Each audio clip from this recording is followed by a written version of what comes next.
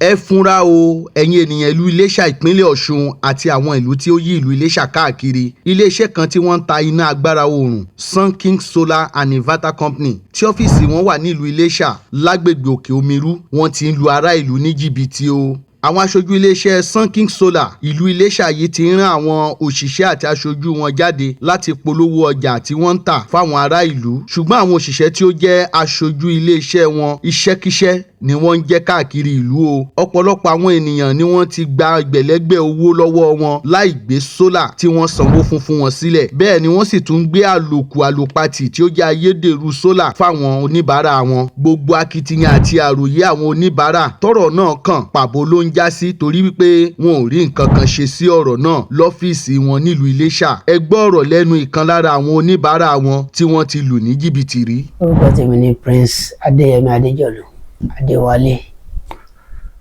Last year somewhere month yẹn mi ò nílé remember after that my transaction date. I've need the solar battery pẹ̀lú ambobs ẹ lọ́wọ́ ẹ̀ láti rent sí farm wa. A pè epo tí máa ń wá sọ́nà bí tó ń tà fáwọn èèyàn. Kọ́lá Òjó ní orúkọ ẹ̀. But purpose tí mo fẹ́ lo eléyìí fún wọn pé ìyẹn ò ní work dà pé ká ra kíní yẹ ká sanwó ẹ̀ cash. Ó dẹ̀ sọ fún wa pé 167,000 ní cash ẹ̀. Àdẹ̀fún ó gbé wá àfún ní owó cash. A béèrè receipt lọ́wọ́ ẹ̀ ó náà máa send ẹ̀ ni pé wọ́n fún wọn ní hard copy receipt. Wọ́n á kàn send message. Lẹ́yìn ọjọ́ kẹta tá a discover pé battery yẹ kò wà òkè kò powerful tó nǹkan tá a fẹ́ lò fún, a pè into order ó wá. Àwọn ní tó ń lè ṣe ni pé wọ́n á fún wa ní bigger battery tó tóbi jù yẹ pé tí wọ́n á dẹ̀ máa ṣe ká fi 85,000 kún. Mo ní bet ó a sọ fún ẹ tá a fẹ́ fi lè ṣe tẹ́lẹ̀ àwọn oníkan tán dẹ̀ ń tàn sí nìyẹn.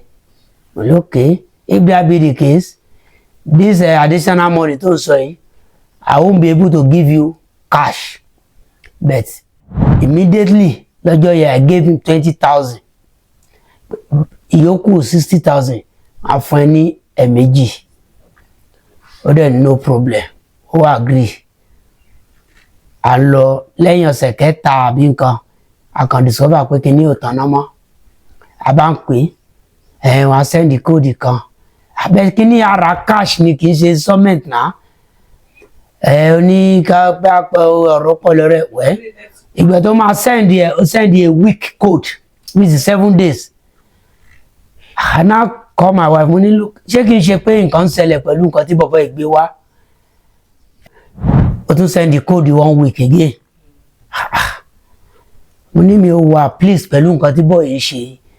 Livestock ni tá ń sọ yìí bí èèyàn náà ni tí kíní ẹ máa ti yẹ lẹ́ẹ̀kan àwọn kíní poultry ẹ tán máa ti miss kíní wọn ní èdè 3 days ní wọ́n máa tó recover. Wọ́n dẹ̀ máa jẹun à ń lo oògùn owó ń wọ kíní lélẹ̀. Àwọn ń pè kò tẹ̀ gbé fóònù mọ́. Ọjọ́ tí mo wá test ẹ̀ tí mo ṣẹ́ ìpè fún ó ṣe sọ àwọn kíní sókùnkùn ọlọ́run afẹ́ sókùnkùn ayé o gbákàwó kan dem ló wá ní sẹ́ndì ẹ̀hún wà lọ́sibítù wọ́n rọ̀bù òun lọ́nà arámọ̀kọ sí gèdè ọ̀rẹ́fà kìnnìkìnnà bla bla bla ló sẹ́ndì picture. Since then kò bá wá sọ anything mọ́. That was last year. Kò gbé fóònù mọ́ kò respond any messages mọ́. Àwa gbéra àgbà ọ́fíìsì wọn lọ ní Ilesa along Òṣogbo road. Àgbé battery yẹn dání àdébẹ̀ abẹ̀rẹ̀ manager wọ́n ní ẹ̀yìn tó àtẹ̀sí wa pé òun náà la máa rí Mr. Ọlá olóòun náà la máa rí pé no problem. Ó ní kí la fẹ́ ní èèyàn báyìí la bèrè iṣẹ́ mọ́ ọ láwọn mọ̀ pé staff wọn ni. Ok ó gba owó báyìí lọ́wọ́ wa lórí nǹkan báyìí àdẹ̀rí resort tó gbowó fún. Àwọn àgbà battery yẹn lọ wa ó wá wò lórí system wọn ó wá ní gbèsè wà lórí battery yẹn 400,000 tó gbé wá fún àwa báwo làwa ṣe fẹ́ mọ̀ beside ẹ mọ̀ rí product company yìí dẹ̀ ni ó gbé wá definitely ẹ̀yin lẹ́ ń tajà ó ní bẹ́ẹ̀ ni kí lẹ fẹ́ ká ṣe ó ní a lot of fish ló wà lọ́rùn ẹ̀ pé so ọ̀rọ̀ station gan làwọn ń track lọ́wọ́ pé ká máa lọ pé wọ́n á pè wá company yìí ló ní issue pẹ̀lú mi ò mọ bàbá yẹn rí o since ẹ̀yin ò ti deny ẹ̀ wọ́n ní àwọn asẹ́tù ẹ̀ pé ká má worry gbàdẹ̀ kúrò ń bẹ́ẹ̀. After that mo wá ń pe this Mr. Ọlá alpha pẹ̀lú owó tí company yìí gbà ó ní ẹ̀ tí rí báwo ṣé gbàtẹ́gbà sí iṣẹ́ kò ní guarantor ni tó fi ń ṣojú company yìí ẹni kan tí mo lè ṣe fún yín kí n fi nọ́mbà mi pè kí n track ẹ̀ mo ní èmi ló máa bá yín track staff yín mo ní no níbo ni another office yín ló wà lẹ́kọ̀ọ́ mo wà lẹ́kọ̀ọ́ wíìkì yẹn ó wá sọ ní Fálọmọ side ọ ní Ìkòyí ní Adéọlá Dẹ́kù side ibi tí mo wà Ìkòròdú traffic nǹkan kan tí máa débẹ̀ gan táwọn yẹn sọ pé branch tán ti tajà fún mi ní kí n padà sí gbígbà mo kàn waste resources ni àti driving whatever mo wá pè padà mo ní náà ó ní kí n máa lọ sí head office yìí láti lọ ṣe kíni mo fẹ́ report ń bẹ̀ mo ló dà pé ọ̀rọ̀ yìí adájọ́ máa dá court máa dá sí pé dẹ̀ tí máa dẹ̀ padà wá sí Iléṣà gbogbo ẹ̀yin tí máa bá ní ọ́fíìsì ń bẹ̀ ni máa kó ẹ̀rọ ní nǹkan tí máa fẹ́ ṣe kí n lọ ṣe pé whatever tí máa fẹ́ ṣe kí n lọ ṣe náà kọ́ gba bátìrì wọn bó ṣe máa bá wọn retrieve owó mi padà ní ọwọ́ company wọn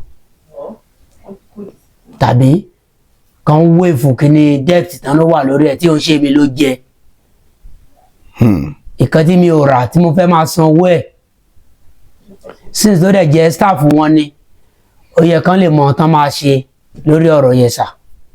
Orúkọ tèmi lẹ́ẹ̀kan sí ni ọmọọba Adéyẹmí Adéjọ̀lú Adéwálé láti Ẹ̀fọ̀n Aláyè. Ibi tá ti ń lo kíní yẹ Ìpólé Ìwàjì road Ẹ̀fọ̀n Aláyè ní company yẹn sí tètè sí. Èèyàn tó jẹ́ kí n mọ̀ wọ́n gan lẹ́fọ̀n nígbà tí mo sọ fún pé ọmọ tẹ́ introduce sí mi pé nǹkan báyìí ló máa ń ṣe wọ́n lọ́rọ̀ ẹ̀ ti sún àwọn oríṣiríṣi èèyàn ló ti gba owó lọ́wọ́ ẹ̀ tó ń pè tí ò gbé fóònù mọ́.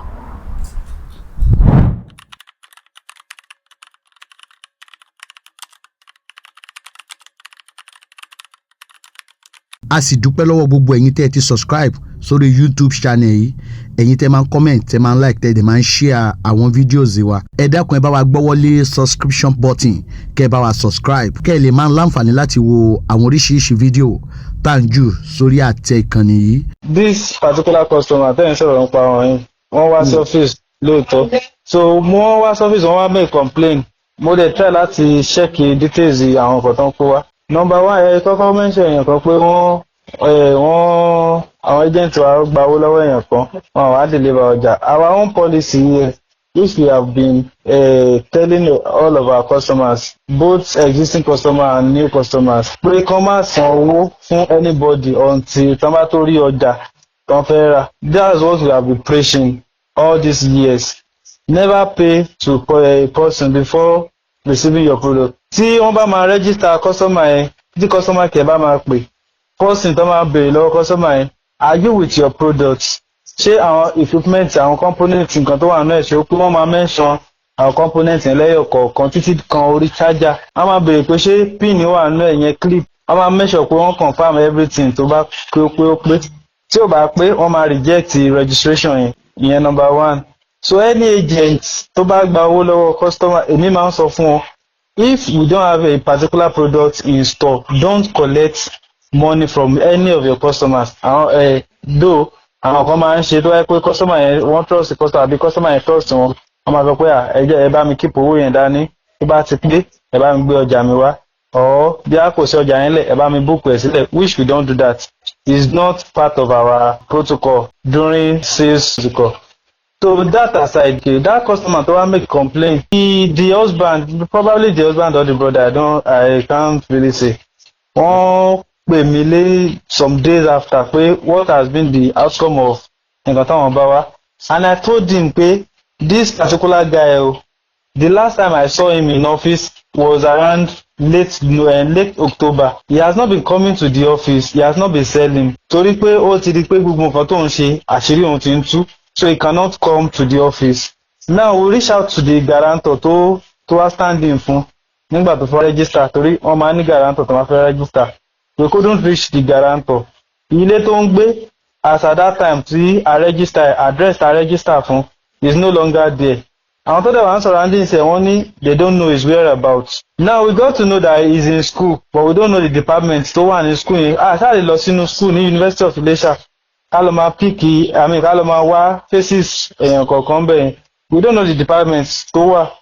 So we have been trying to track him. This issue down, it has been escalated in our company. It has been escalated late last year. Okay, this man called me.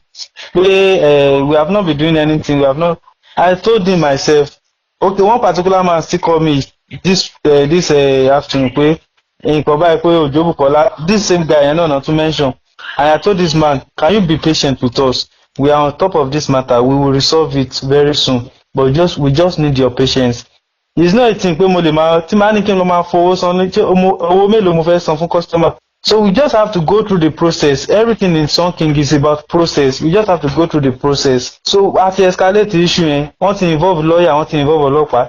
This guy will be arraigned and picked up. So this matter is no longer in my own custody to say pé nǹkan báyìí la máa ṣe nǹkan báyìí. It has been escalated to the higher authorities above me.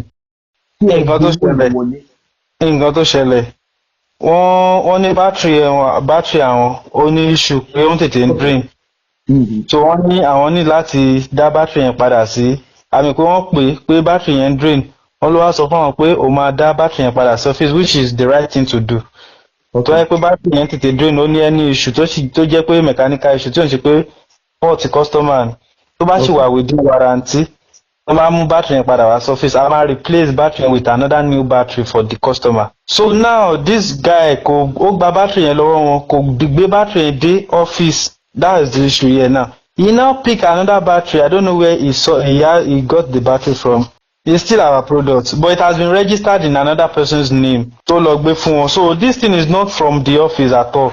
Honey, àwọn fúnra want to make direct contact to the office, though is an intermediary between where we are in the office and the customer. So the customers they are still on their own rights lane there.